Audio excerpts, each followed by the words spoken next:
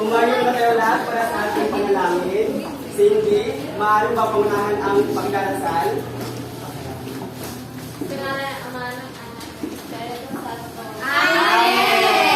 Okay.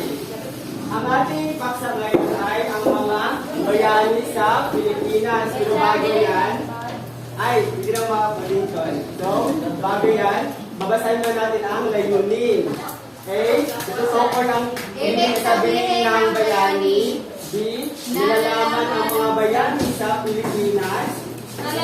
Nalalaman ang mga talambuhay ng mga ito.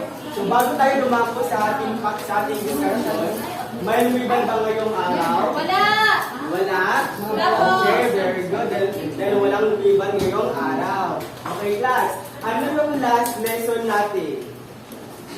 Tungkol sa paano yung tubig. Okay, very good.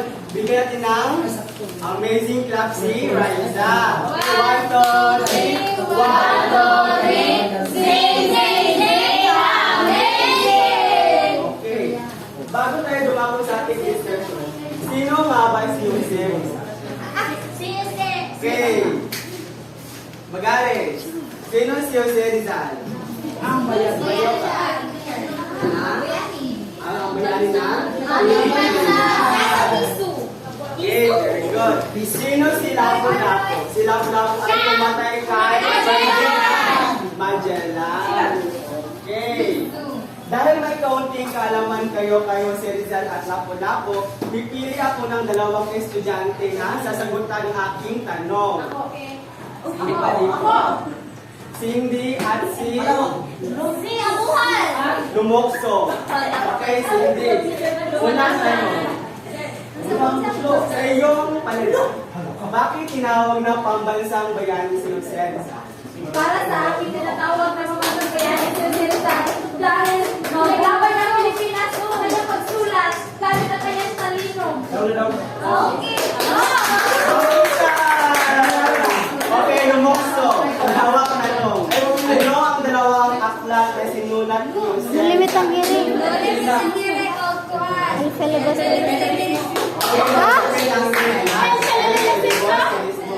So, ang ating talakay ngayon ay patungkol sa mga bayani sa Pilipinas. Okay.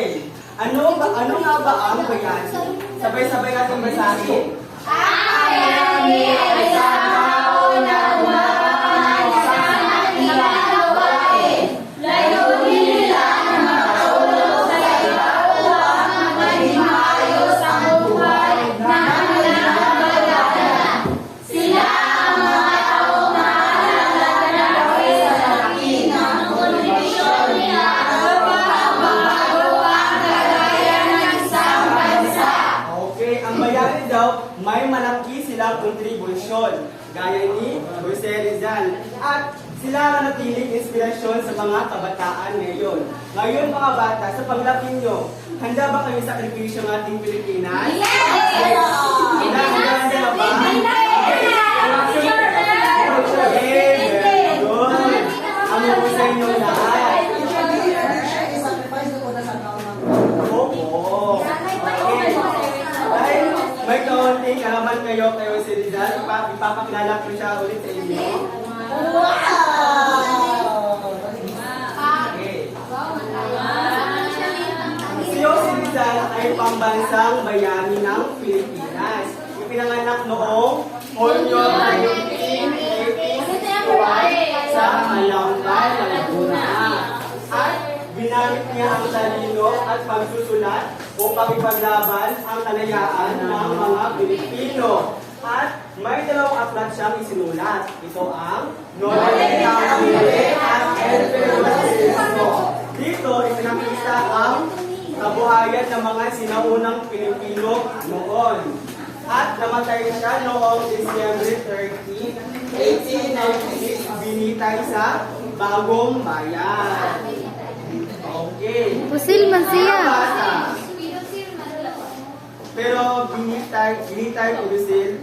Sika na sila. O, dili man. Dili man. Eh, binitay ba kayo? Di ba Bigti man ang pinitay. Okay, pinahin na lahat.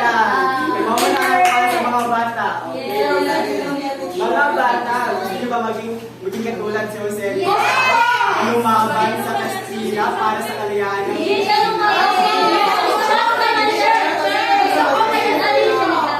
Very good, mga bata. At dumako ng tayo sa pangalawa.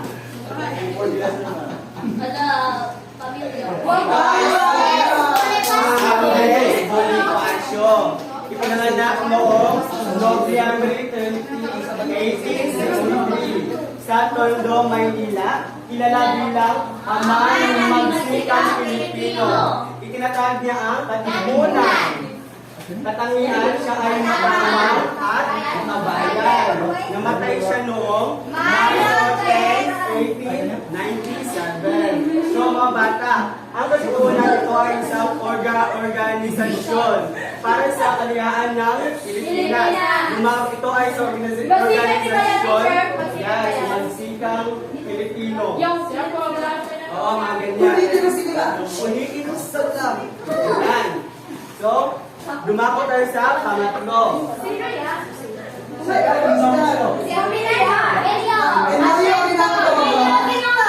Balik siya. Okay.